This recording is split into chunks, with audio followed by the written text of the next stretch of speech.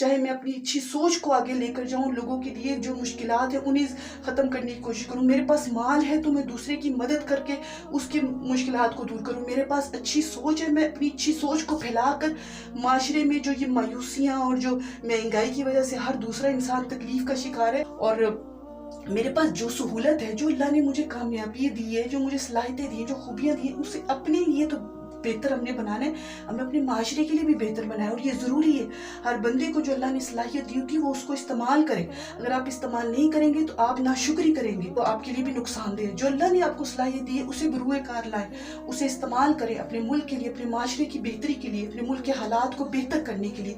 महंगाई बड़ा इशू नहीं है, महंगाई होना किस वजह से है, किन हालात की वजह से ये महंगाई हुई, किन हालात की वजह से आज ये हालात पैदा हुए कि महंगाई इस कदर बढ़ गई है। सबसे पहले तो पीछे की चीज़ों को ठीक करें, फिर उसके बाद महंगाई ठीक हो जाती है। जब आप अपने मुल्क के हालात को बेहतर करना शुरू करेंगे तो महंगाई और ये जो भी कुछ हमारे मुल्क में हो रहा है, जो डिफ़ॉल्ट की तरफ हम जा रहे हैं, वो सब कुछ ठीक हो सकता है। लेकिन उसके लिए हमें सबसे पहले उन तमाम वजूहात को जिसकी वजह से आज ये हालात हुए उन्हें ख़त्म करके फिर महंगाई उन चीज़ों की तरफ आना है।